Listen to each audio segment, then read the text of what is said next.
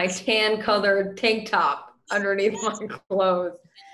Very 40-year-olds Let me of be me. clear. It's a tan tank top. Oh, man. To be clear. Just to be clear. How you doing today, Matthew? God is good. A shining, beautiful day. It was wonderful. It wasn't too hot. Yes. And chilling. You know, I got a big bowl of spaghetti from yesterday. Watch out. We're deep in the quarantine. We got this thing all figured out. Carbs on overload. Overloading the carbs. So I'm excited. I think we're gonna wait like 2 more minutes, and then we're just gonna jump into this, right? Yes, well, I'm going to introduce you. I'm going to give you quite the little intro. So get ready for that. Get ready for that. And in the interim, I just want to warn everyone, I think Mercury jumped over to the retrograde area today. Again, 2020 is stacked with the retrograde, so careful, everyone. Mercury's deal. Just keeps retrograding on us. Yeah. Yo, I think we need to treat Mercury like we did Pluto and just like deplanet that fool. Just like planet that fool. Like you've been fucking up. You've been retrograded too hard. You heard it here, Mercury. Yeah, we did it to Pluto. We'll do it again. Behave. Does anybody ever experience good luck when Mercury's in retrograde? Forever. I don't know, like Trump or something. He's like, it's my favorite. Some fool. Actually. Yeah, it's like a 1% thing. It's like only 1% benefits. They're like, yes, Mercury, loving it. So with Mars, I need Mars to pull some weight. A red state to our left, right? Or right, left or right. It's just, it's wherever it wants to be. Okay, Matthew. Let's do it. Are you ready for this? I gotta mute myself. Shut. Hey, everybody. Welcome to Home Share Volume 6. Hey! I want to introduce, so again, everybody that comes on, you are muted. You have the ability to unmute yourself. If you want to show your face, everybody appreciates it. And if you don't want to unmute yourself, you can just go like this and clap like this. Okay. And now I'm going to introduce our wonderful MC, Matthew Cuban. He has been an arts educator for over 10 years and traveled around the United States and most of Europe. He recently dropped a hip-hop album, Ivana, and a book of poetry, A Life of Goals. He's on the Performing Arts Committee, and to quote him, put me on the ceiling and spin me around because I'm a fan of Matthew Cuban. Okay, everybody, Matthew Cuban. Tony, get out of my face. That's an accurate quote of my life. I'm excited. Thursdays have been a lot of fun, and it's been an interesting time. I feel like every Thursday we get to come together. We get to laugh sometimes. We get to cry sometimes. We get to think. We get to be pushed and have our ideas challenged, right? And that is what art does. That is what art is about. That's what Art Share is about. And that's why we've been doing Home Share every single Thursday since really the beginning of time. But formally since the quarantines popped off hard, in time and spirit, but now we are here. Big shouts out to Tony. Thank you for the introduction. Huge shout out to Cheyenne, Morgan. I see you in the house, all the Art Share homies, but we have a phenomenal lineup of artists tonight. Oh my gosh. All right. So I'll be completely transparent. Some of these people I know personally, so I'm excited on that end. Some of these people I don't know at all, so I'm excited on that end. I have a culmination of exciting that they're going to fuse together like Dragon Ball Z and make tonight's show. Are y'all ready for your first performer? I believe you are. I have no way of checking, but I feel good. You're here, so here we go. Our first performer is Mando Torres. This gentleman is a comedian, a podcast, goofy enthusiast, idea creator. He will no doubt, by no doubt at all, he will have the cleanest sound of any performer tonight. Please give it up for our first performer, Mr. Armando Torres. Hello. Hi. It's nice to be here speaking my manifesto into a camera. This is where you all told them that I seemed like a normal guy until this happened, I guess. That's what point I am in my life. Yeah, we're living in weird times. I realized the other day that I don't know if you can see this, but I have very long hair. It's just very curly. It's very everywhere. I haven't cut my hair in several months, and I've realized that you can really judge the smartest people in society today by how much they look like an actual mad scientist. The smartest people in our society walk around looking like Doc Brown from Back to the Future, and they're just like, you gotta wear a mask, man!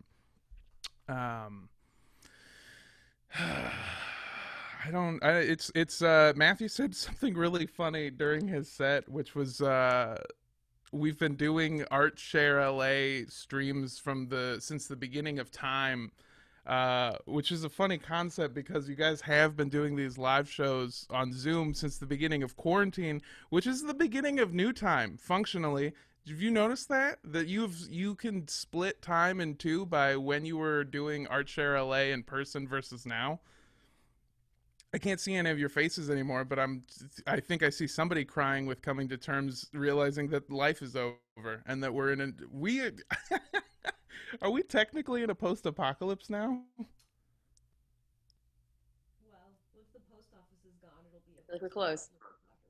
My girlfriend says once the post office is gone, then it'll be a post-apocalypse. Badoom.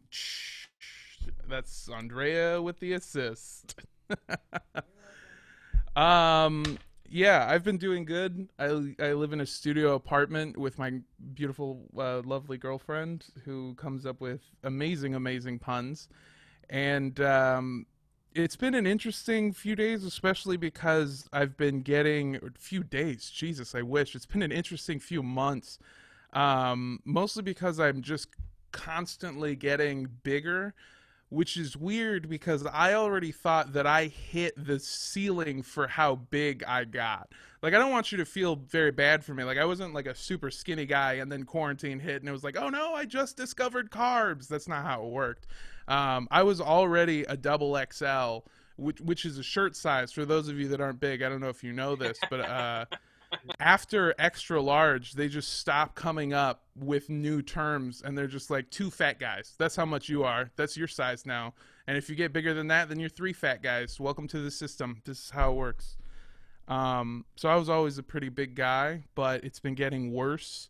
The other day, my girlfriend asked me to lie on top of her and to let go of all of my weight, so that way she could see if I died while fucking her, if she could crawl her way out.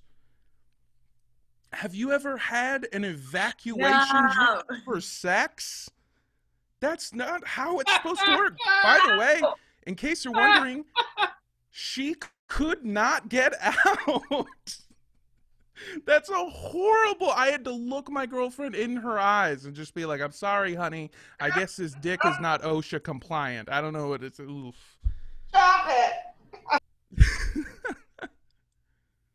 It's very fun to tell this joke sitting next to me. We have a studio apartment. There's nowhere else for her to go. Yeah, I believe it or not, though, that's not the fattest thing that's ever happened to me. The fattest thing that I think I've ever done in my life, and this is a story from the from the before times, back then in the pre-apocalypse days. Right before this whole thing went down, I had to get on a plane. And I don't like flying because, like I said, I'm a big guy. And whenever I say this, people always try to justify me being big by saying something stupid like, oh, but you're also really tall, which makes absolutely zero sense. That's like saying, hey, it's okay that you drink too much because you also smoke a lot. It's not, those two, they're also problems. I don't, and if you don't think being tall is a problem, you've never hit your head on a chandelier. That's a problem you don't get until you pass 6'5", okay? I am an extremely large person, so much so that I know stuff that normal people shouldn't know. Like, did y'all know that all furniture has a weight limit? Because it does. And that's a fact you find out when you break 2 lawn chairs at the same barbecue. All right? You know how bad of a day that is? Because you break the first lawn chair and everyone's like, hey man, it's okay. We can get a new lawn chair. And then you break a second lawn chair and everyone's like, you have to make some changes, dude. First of all, stop coming to barbecues right away. First change, easy one. And while that seems like it should be the fattest thing I've ever done in my life, it's not. What happened is I got on an airplane before the quarantine and I made eye contact with the person that I was going to be sitting next to, and I watched their face as they went, oh God, no, which is an upsetting feeling. I'm so fat, I put the fear of God into another man's soul, which feels like an accomplishment, honestly. The only 2 people who have been able to do that is me and Godzilla. That's it. It's just us 2. Big boy club. Thick boy gang. That's what we are.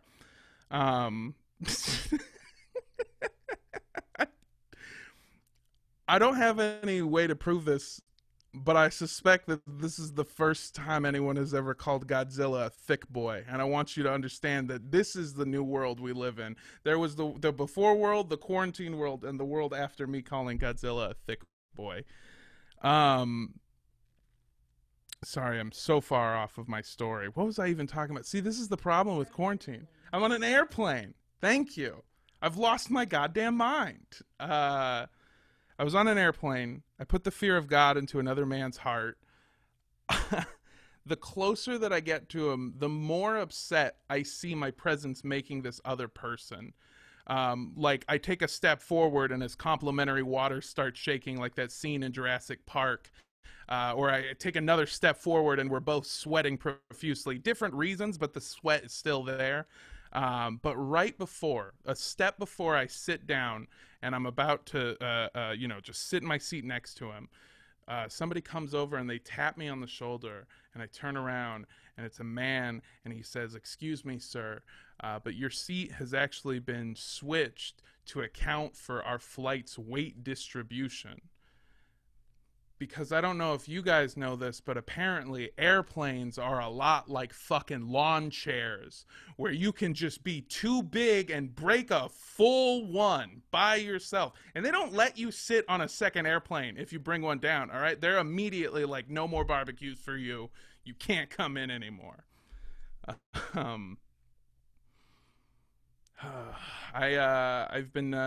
I've been doing good though. Other than that, trying to survive. I've been dating an older white woman, which is the ultimate tool for survival as a young brown man in America. If you guys here, let me just show you this. That's oh, look at that interracial love, so beautiful, and also pocket knife for the apocalypse. Yeah. If you're brown out there, times are really tough. I suggest dating an older white woman. They're everywhere. May I suggest Milwaukee, Wisconsin? That's where they're grown. You can pick them right off the vine. Beautiful. Lovely place. When I tell people my girlfriend is older, they tend to ask a lot of questions, especially because I don't look like anything that you would describe as young. In fact, I look too old for any age. Actually, I look like I drank cigarettes out of a baby bottle. I know the situation here; it's not great. I'm 24 years old, which surprises a lot of people. I can see some of the surprise on some of your faces now. A little bit of disgust. That's the part that I like the most. Of just like 24, really? Gosh, oof. Yeah. to put that into perspective, if you need a little bit of a reference, I'm 24 years old, which means that I was 5 years old when 9/11 happened, which is one of the worst tragedies in American history. And I don't even really remember the day. Well, kind of. I don't remember the event. I do remember the day because on 9/11, I was in kindergarten and my friend Bradley shit his pants. And so they sent Bradley home. But then 2 hours later, they sent everybody home. And my first thought was, God, how bad did Bradley shit his pants? And yeah, you know what? That was Bradley's day for forever. He would always look at us and go, "Can you stop making fun of me? It was an inside job." Oh, fuck. That's such a dumb punchline. Oh. Ba-doom. I have no concept of how much time I've been up here, so I'm just going to keep telling jokes until somebody tells me to stop. I sent you a 5-minute warning in the chat about 5 minutes ago. Oh, perfect. That is the best way to end. Somebody said poor Bradley, and I agree. That's up to Bradley. I was like, homie's not looking at the chat. It's going to have to say it out loud. No, perfect. I'm so glad that I said something. We got to start holding up a sign or something. Can everybody please give it up for Mando Torres one more time? Oh, my goodness. Thank you so much. Fantastic, man. How can we follow more of your stuff and support more of what you got going on? You can find me on Instagram and Twitter at Mando Does Stuff. It's MANDO Does Stuff. You can also find my podcast, which is called Cult Podcast, which I run with my amazing, wonderful girlfriend and our best friend, Paige. Every week we cover a new cult and their insane leaders. And you can go to cultpodcastshow.com, or you can find us on social media at Cult Podcast. Yeah, despite the name, it's a comedy show. It's a true crime show. It's very educational. It's very fun. It's about as goofy as everything you saw here. I would like for you guys to study ArtShare to see if there's any culting happening over there and who the fuck the leader is. Yeah, because we need to. They are. Yeah, they're a wild bunch over there. Everyone, please give it up for Mando Torres one more time. Thank you so much. Fantastic. Class act. Awesome. I want to even say Armando got, you got like super late notice to jump on this, and you just smashed it out the park right away. So great stuff, man. Really, really awesome to hear you rock. Man, I'm feeling good, and not just because I ate a big bowl of spaghetti and smoked the blunt, but because I really enjoyed our first performer, and I am so hype for this lineup. I also think that the space that we're creating is one of these spaces that it is a super come as you are.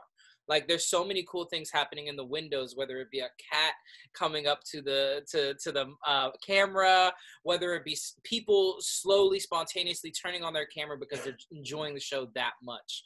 That's what we're trying to bring here. That's the quality that we're trying to rock with y'all, that you can come as you are, sit in your bedroom, and enjoy some of the highest quality performances there is. And our next one, I gotta say, is one of my favorite poets, period. He's a great dude. I've known this gentleman for numerous years, and he's got a fat bio, which should talk about things about how he invented a entire poetry festival in Houston, Texas, how he's been doing it for years and bringing people and touring his show on Broadway for over 35 states and 200 universities, and how he's just a rock star poet. But I want to tell you about Outspoken Bean, the educator, the person who shows up for students, the person who showed up for me when I've been on tour numerous times, the place where I stopped to have dinner on my way to moving to Los Angeles. Everyone, please give a big round of applause for your next performer and poet, Mr. Outspoken Bean. What's up? What's happening, y'all? Yo, Matthew, Mr. Cuban. But let me talk to you first, man. Bro, I love you, man. Happy birthday.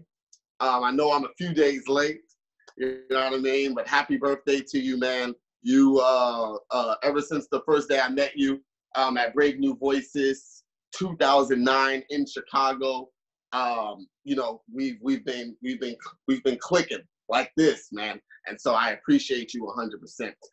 Thank you for having me. Art Share. Thank y'all for reaching out and emailing me and telling me, hey, can you want to be a part of this? And I said yes, because I knew I was going to be home for the most part. You know what I mean? So I've done a lot of these, and I've kind of like created like a performance space a little bit. You can see my records that my record covers that I took from my pops. And he said he was going to throw them away, and so I just took them. But y'all, it's a lot of things going on in this world we're in. So I'm gonna be talking about that and dropping some poems, right?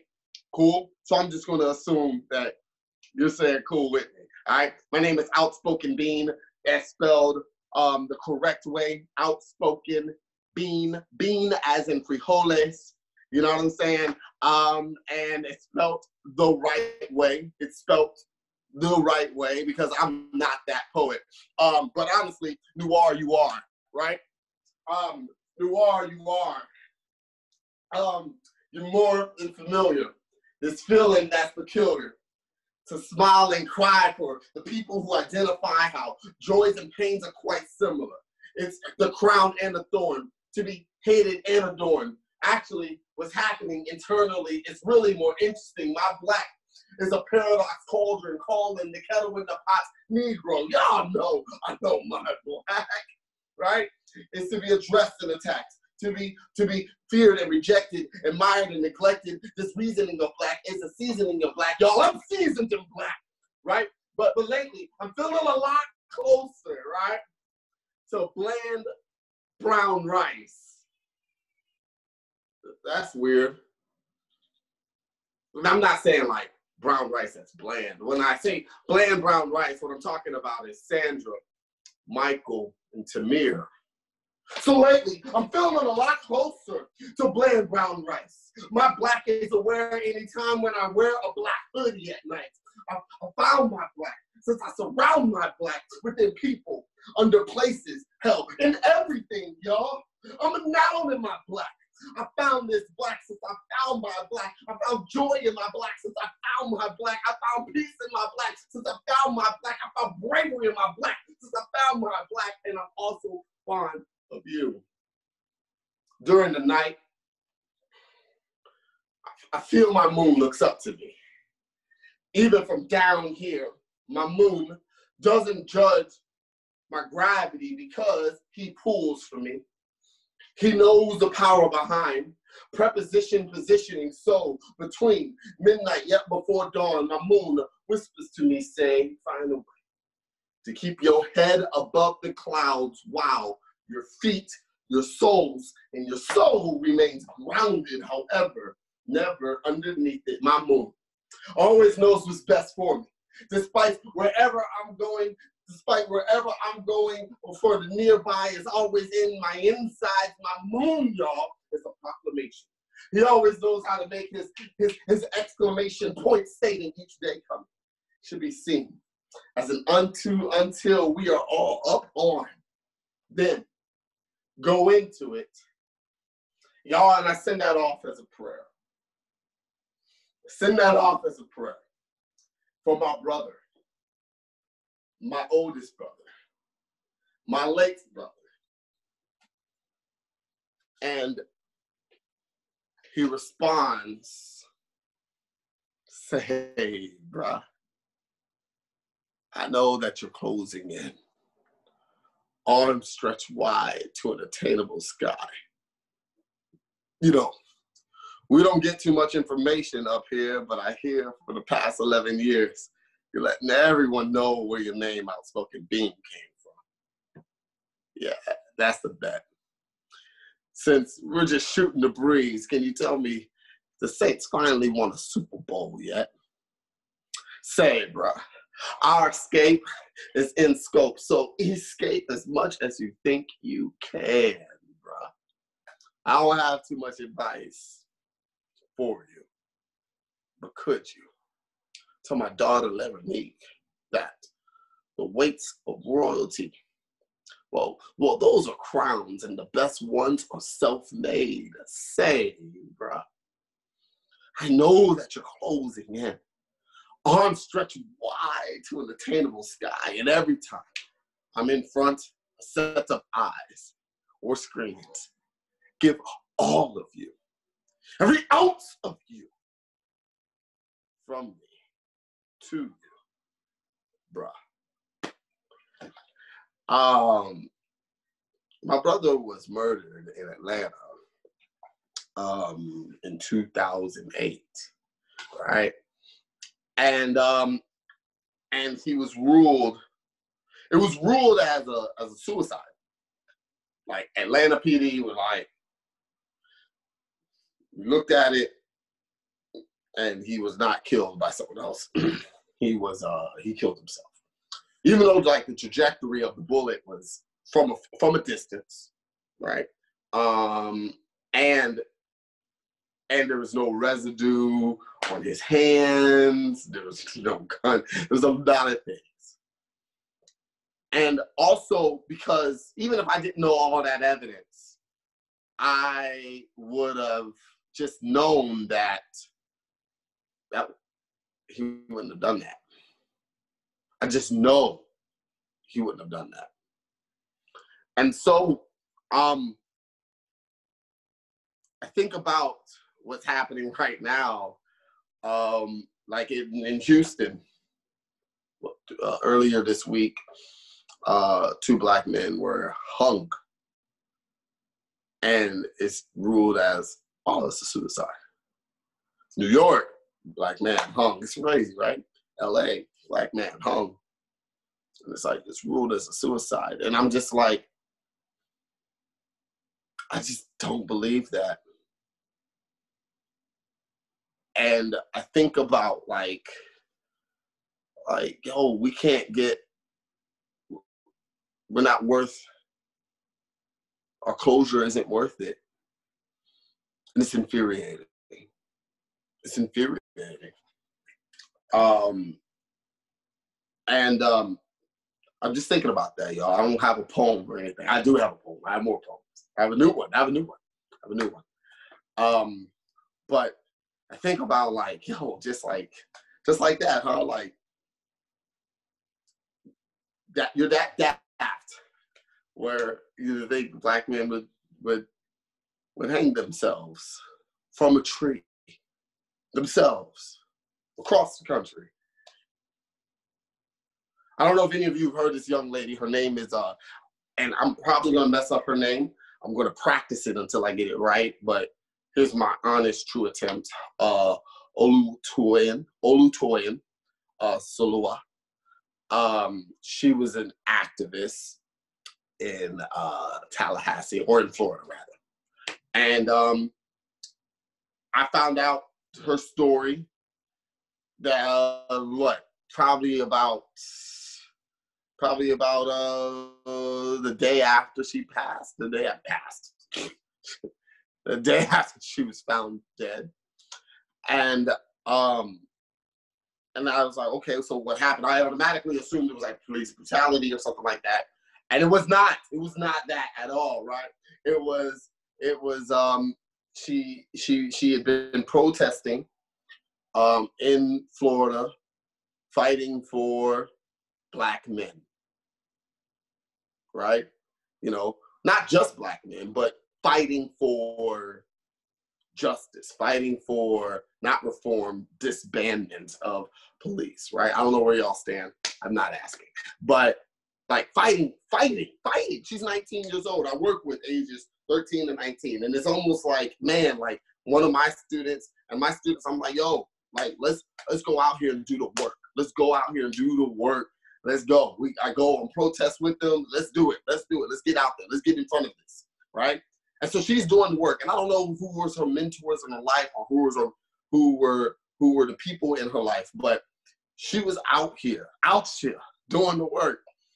And she wind up losing her life, being murdered by the very person, not the specific person, but a black man who she was really fighting for, right? And it's just infuriating for me.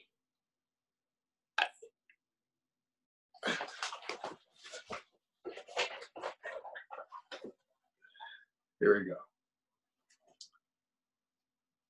I don't have a name for this poem yet. I don't know if I'm going to name it. But for Olutoyin Salua, here we go. For the black men, the AR-15 in the right hand, as the left peers through the curtain shears to the protectors, when will that word be used as a verb? To the by any means necessary, well, not necessarily. This is not a poem to uplift black men, right? But to hold us to account, actually, to hold us to accountability, toiling. We have sheep clothing failed you. We have Black Lives Matter. At times, you stood in the gap, took punches on both cheeks, and then fought back. You had a shoving spirit of resistance, even when we proved to be chauvinistic. Where's our collective outrage for your death? Of this starch irony, black women been first in line of the front line, lives laid out like Sunday's best stretched. We're stressing out our backbones that they lead the charge, or even better, follow ours without our collective backup. So we exclaim, we profess to be their rocks, but we're also their hard place. You know, black women die almost at the same rate to law enforcement as we do. So when they chant, we can't breathe, those words aren't just too aimed to the police. Behind every black man, they say, right? They say, behind every black man's death, there's an army of battered black women still fighting on our behalf, and what we give them in gratitude is less than half. This is for black men, all black men, to stand in the gap and protect black women, even if it's from other black men. Toyin, you didn't deserve to be murdered by skin that resembled yours. Look, with black women, you don't deserve that from us. But what you do is so much more. They take up arms, banners, shields, and swords. Toyin, you said you could never be silenced, and you're not. May I amplify your reverb, because it's not enough just to say your name. We are a species who grieves, who remembers how to, we are a species who grieves, remembers how the steps echoes through the halls, voices that vibrated our ears and hearts the same we solace. We find commandments in being solid, we mourning rivers. Waterfalls and slithers down our flesh contours, we sway to the wind of our beloved lost ones. The worst part, within the waiting while waiting in the moments of silence, is the silence, which isn't always worth its weight in gold. Not all grieving needs a Midas touch. Some people are so full of color, they strike life into the existing. Some people are fabrics so stained that they deserve your shout. So when I'm gone, when I go, I need you to disturb my silence with a moment of noise. Grieve in a moment of riots. Mourn by leaving people's eardrums while running like you stole something. What best represents me is if you're, because you evicted it out of your larynx, but for some people, silence is too kind, y'all. It's too polite. It's too thank you and please. It's too everything. That noise isn't on my behalf. Be rude. Cause a celebration where everyone is invited. Remember me smiling, give reverence with laughter. Have my eulogy be hilarious, you know? On the internet, there's a lot of material of me making mistakes, y'all. Enjoy my mistakes, y'all. I won't be able to lie about them when I am gone. What I'm telling you to do is to grieve for people accordingly, for those who are worth your chords, for those who are worthy of you conducting exclamation symphonies like for Mike Brown, like for Robin Williams, like for Toyin, like for anyone who lived a lifetime behind soundproof walls. Give them moments of cacophonies until the shield cracks and know that resting in peace does not define me. It would never define me. So on my tombstone, I want cards, Emmanuel Lee, emphasis on the outspoken parts. Bean was more of an LIP kind of guy, where he lived in present, lived in perspective, lived in pursuit, lived in possibilities, lived in principle, lived in passion, lived in power, lived in pressure by living in his pipe dreams, and then taught himself to find love in people. So invest into us loud mortals as we will do the same. We will gladly hand you all of our chips, ready to cash out yelling when we are gone. I think I have enough for at least one more poem. I hope y'all are enjoying this. To the comedian who was before me, I already forgot your name, I'm sorry. And I know this wasn't your joke, but that post-apocalyptic joke was classic. So tell your girlfriend, that was awesome. I know what it's like to get inspired by your girlfriend. And you're better than me, because I would not give her credit. Anyway, this poem is, when I met Matthew, we were both doing NACA together. As well, we were both doing NACA. And, you know, let me just be honest with y'all, all right? All right, I'm just gonna say it, okay? I'm just gonna say this, okay? If a video came out, all right? Don't hold me to this, all right? But, or whatever, do what you want. If a video came out and it was like real scratchy recording, a tape rather, and so not a video, maybe a tape, and you can't really make out the noises, but you're like, that sounds like this person.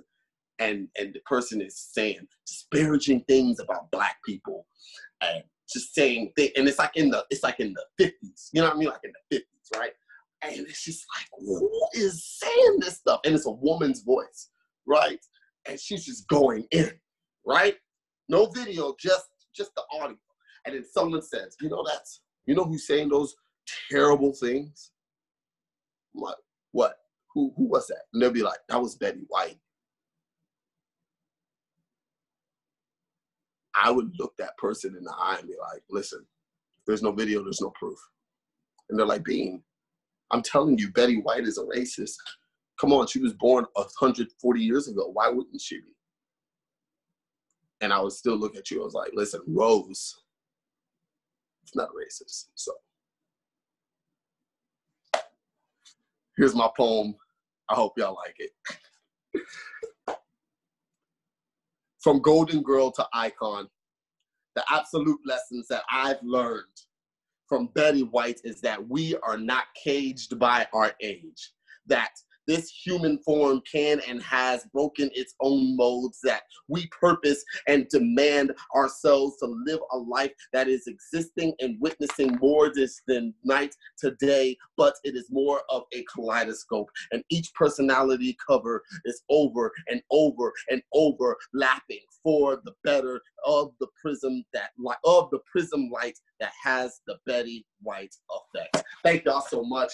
I appreciate you. This was a lot of fun. I know that there's no talkbacks or anything, you know what I mean? But yo, Cuban, again, happy birthday to you, man. And just everyone. This was fun. Great. Please give a big round of applause for Emmanuel Outspoken Bean. Show the homie some love, man. Unmute yourself. Yeah. Scream. I'll clap for myself. Bean. That was goddamn fantastic. I'm realizing how dark my room got. Gotta have the light on, man. You gotta have the ring light. I got the ring light. I just The ring light. Here it comes. You don't have the ring lights on. I got the equipment. You do not. I want to I see. gotta plug it in. I gotta let you see how red my eyes are. It's not actually flattering, but you know what? Can we just give it up for Bean one more time, y'all? Can we please show the homie some love? Because my gosh. Fantastic. Bean, you went the fuck in, dog. Whoa. Thank you, bro. You know, Thank you, bro. like you really killed it. Woo! There we go. The sun has risen. The sun has risen. Are your eyes risen, blue? y'all. Are your eyes blue, or is that just me? Yeah, they're blue. They're blue. They're blue for you. The baby blues. The baby blues. You can even see the closets open. This is a mess. Now, you're seeing too much. You're seeing too much. I'm gonna change the light. Anyways, y'all. My gosh, 2 artists in, and I'm freaking loving this show, y'all. Bean, you took us on a tour of emotions and feelings, and wow, just wow, bro. Like, you're such a beast, man. And I almost forgot what a beast you are, but like, you really rock, bro. Like, well, you really, you know what I'm saying? You made me want to start Abels. Yo, man, you're a monster yourself, man. I appreciate you. God bless. God bless. Let's keep it going, y'all. We have another fantastic performer, and I want you to know, like, you getting some cool stuff, right? You're getting great things, and at our show, we're trying to bring you a variety of stuff, right? So, you know, there's like a theme tonight. This night has a vibe. And some nights we might have somebody who's just gonna blow fire, like literally blow fire. We might have somebody who's gonna do backflips for 30 minutes, right? A 30-minute set of nothing but backflips straight. You'd watch. We have incredible artists that submitted to this, and if you know incredible artists or you're a credible artist yourself, hit us up. Figure out a way to get a hold of us. We're pretty accessible, and we would love to see your work and potentially throw you on one of these shows. That's just something I feel. I didn't talk with the team about that, but that's just something I feel. I'm going to move on. Our next performer is Theo Lee, born and raised in Los Angeles. Theo began piano lessons when he was only 4 years old. By that time, he was 12. He had competed and placed in various classical competitions around Southern California. In high school, he was introduced to jazz and fell in love. A few years in school, he had an epiphany about music and decided to take some time off. And this time, he became fully immersed in making music on his computer. He's currently producing and writing for artists in LA. I am excited to see what the homies got. Please give it up for Theo Lee. Yo, can you guys hear me? Give me 1 second.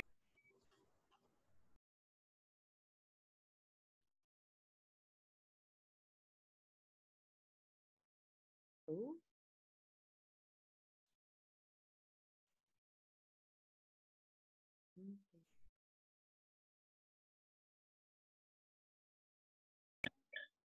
Hello?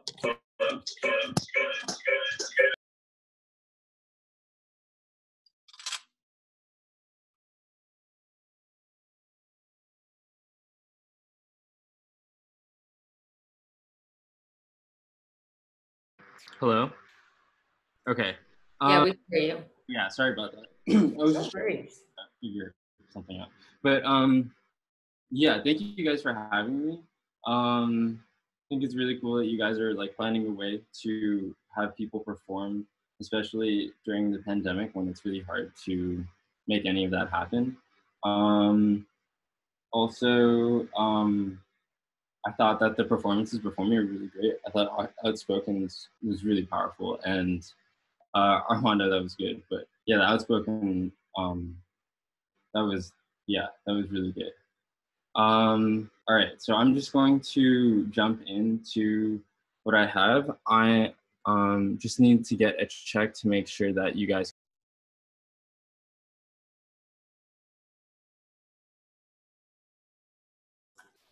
It's cool. Take your time. We want it to sound good rather than rushed. And I know you guys worked out a lot of kinks today, so excited to hear.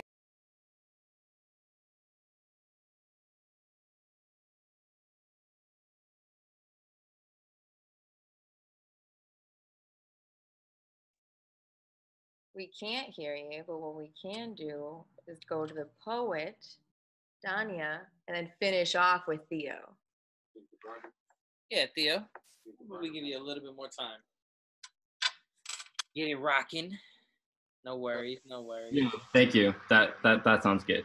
Yeah, all good, all good. Yeah. Okay. Well, this is exciting. A change of events. we're gonna rock to another good friend of mine, an incredible poet, and Danya, aka Lady Narrator, has an incredible story and essence.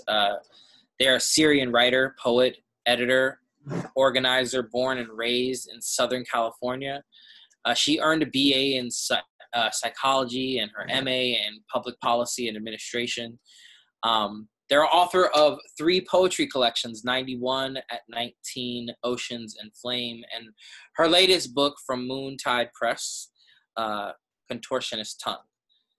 She has been featured on BuzzFeed and Jubilee Media and has performed at nationally recognized venues such as the Poetry Lounge in Los Angeles, House Slam in Boston, and Busboys and Poets in DC. Her work focuses on domestic violence, sexual assault, feminism, mental health, religion and culture, identity, her war-torn homeland, Syria, and dealing with grief and death. And I can also tell you that I am in awe of her tenacity and spirit and the way she carries herself. I love her poetry. I love her mission and the work she does. Please, everyone, join me with welcoming Danya, aka Lady Narrator, to the stage. Thank you. Thank you all so much for inviting me to participate. I actually haven't really done a lot of performances during quarantine. It's been kind of like I think quarantine for a lot of us who experienced trauma right before, it's kind of like that moment where we have to sit in it and relive it. And it's like that quiet time. And so I haven't done a lot of performances. And ironically enough, I don't know if others experience this, it's more nerve-wracking to do performances online than it is in person. So it's been an adventure for sure. Thank you for that introduction, Matthew. I thought we were gonna nix the bios, but it's cool. So I have a couple of poems that I'll be reading today. And I was brainstorming what to pick for tonight's reading, and I realized a common theme that a lot of people can relate to is bodies and how often bodies are looked at, or more importantly, how bodies are not seen. And from my experience of surviving domestic violence and sexual assault and watching my own father die and seeing what we're going through in this world, just the concept of bodies has so many different meanings that I thought tonight I wanted to share a different collection of interpretations of bodies. So we'll just get through that. The first one is a short one, and I came up with it when I was trying to do 30 for 30 2 years ago with the concept of trying to include color words in each of my poems, and this was the one that came to. It's called Branding. Do you prostrate before the tree, seeking permission to carve its trunk? Or has it become customary to leave your mark on brown bodies muted? It's a short one. I wanted to start out with that as an introduction. This is a newer piece. It's called Vantage Point, and it talks about an actual experience I went through shortly after my father's death, and just trying to relearn who I am after that experience. Grief of all types makes you question yourself and your identity all over again. And for a lot of us, we're still figuring that out. In the insurance office, I hear the words Syria and Palestine drop, sticky in the air from a woman's mouth. She looks like me, as in looks white passing enough to be Syrian, to be the woman who receives the same compliments I learned to throw away, about my complexion being privilege I waste, about this exotic body I misuse in an America, as in she looks tired. Behind me walks in Mustafa, a brown man with my brother's name, so he becomes mine. The same way every man and no man becomes my father since his passing as white, as dead. Who am I? Do you feel your ears burning? An agent asks. We fawn over your beauty, your femininity, and sharp shoes every time you come in. I start seeing how much I do and don't see of me. Mustafa peers at me from the corner of his eye, and I cannot tell if he sees me as a brown man sees one of his own, or as a man who sees a woman not his own. And all the while, the white man in the other chair keeps his eyes on my legs.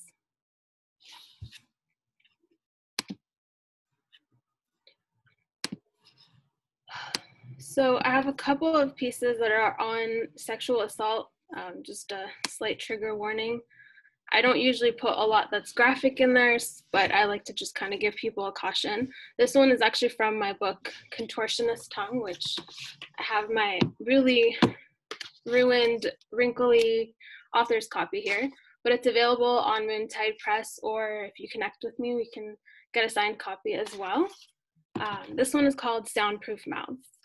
And I like to read this one in a lot of poetry spaces because something that's not often talked about, even within our own home poetry spheres, is that sexual assault and abuse is very prevalent within these sacred spaces too. I experienced that, and unfortunately, it's something that doesn't get talked about a lot because we're fighting so hard to make sure these spaces remain safe that sometimes it gets pushed aside. And so this is one of those poems that resonates in that field. I keep looking for the woman I used to be before. Before him, before him, before him. I cannot find her, but I'm not sure I even want to anymore. Is it consensual if his skin can't be found under my fingernails? If the remnants of the woman I used to be are beneath his? Men tell me my resilience draws them, my ability to survive trauma, but their addiction is only to the conquest, attracted to the exoticism of a broken, strong woman. Is it consensual if my no was inaudible, entangled somewhere between twisted vocal cords and soundproof mouths? Is it consensual if my yes was merely 3 letters strung together like pearls, a noose he tied around my neck so delicately, so dark I couldn't see I was conflating fear with love? Rest in peace every forced laugh I ever conceived when I confused frightened with flirting. Rest in peace every dress I ever bought to wear for a man instead of myself. Rest in peace to the woman I once was, whoever she once was. May she rest in peace. Better yet, pieces.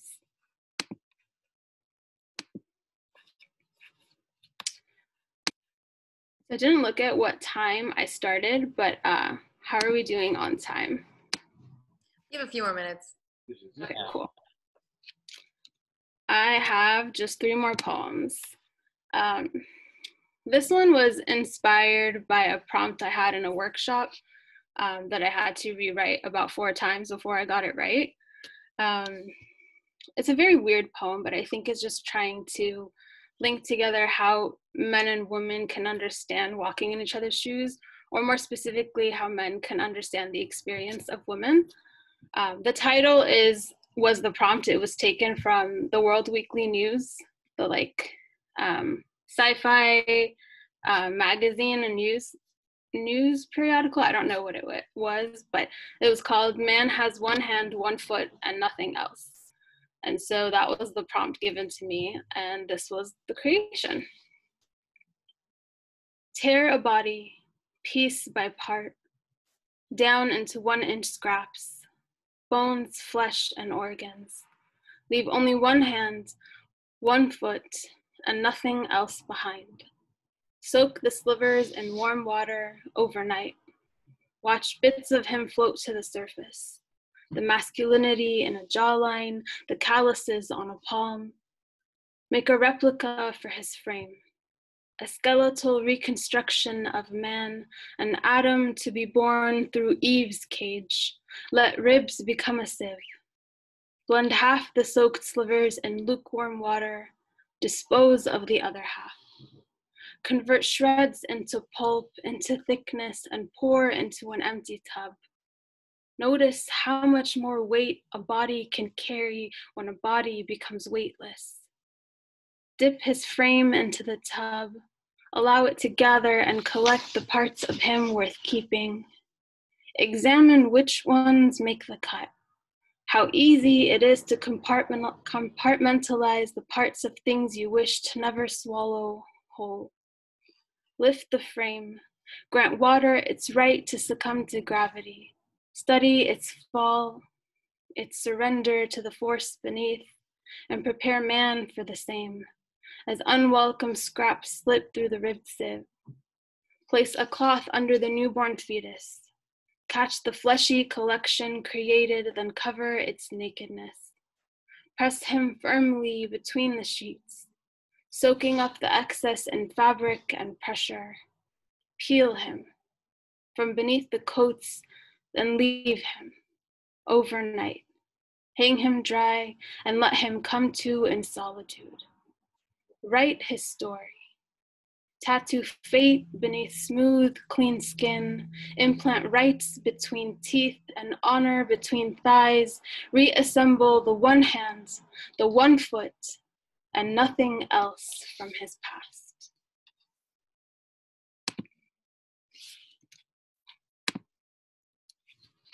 On that note, I'm going to end with this one called New Pieces. It kind of relates slightly to the last one, but it's a little more empowering, I would say, than all the other pieces. Just a side note, if you ever really catch me perform, I don't do happy, joyful, uplifting. I do like raw, in your face, sometimes dark poems, but I just lay it out like it is. Let them know. All right, let me wrap it up on a slightly happier, empowering note. It's called New Pieces. The world puts you to the test, strives to break you.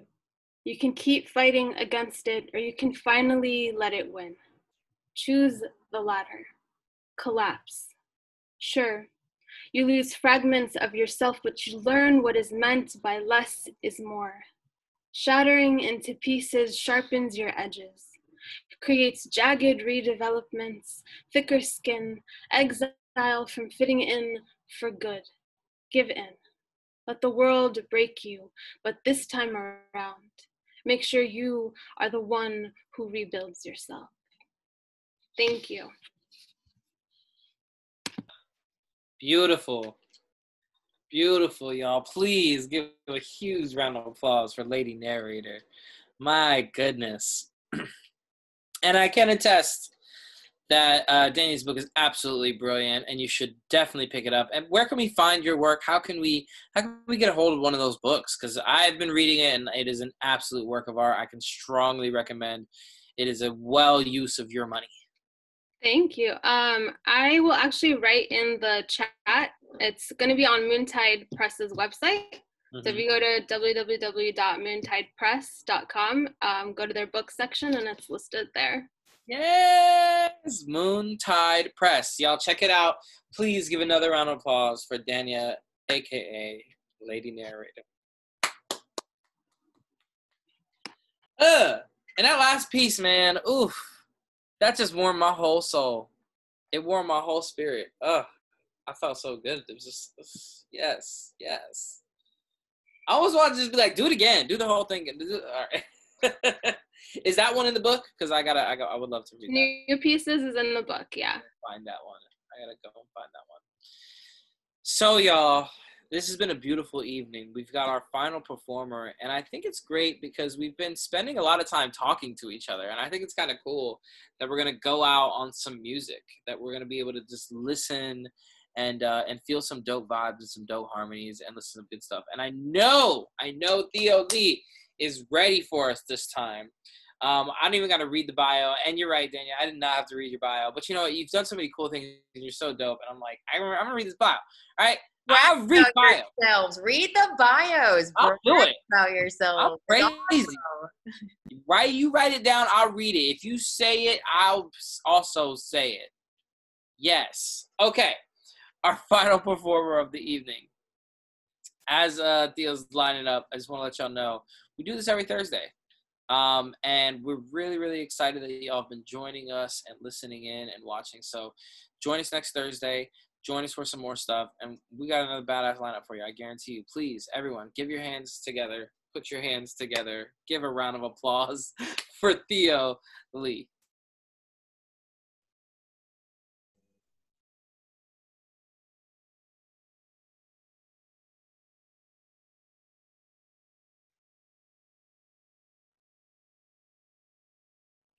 I don't know, Theo. We're not getting a lot of sound from you. Sorry about that. There we go. Yeah, I got it all fixed up. It was a bit frustrating, but thank you for waiting. And I'm probably just going to try to get into it. And then Art Share, or Tony, I texted you something about my 5 minutes just to give me a heads up. Okay, cool. That sounds good. Okay, I'm gonna get into it. You guys won't be able to hear me talk through the performance, but all right, here we go.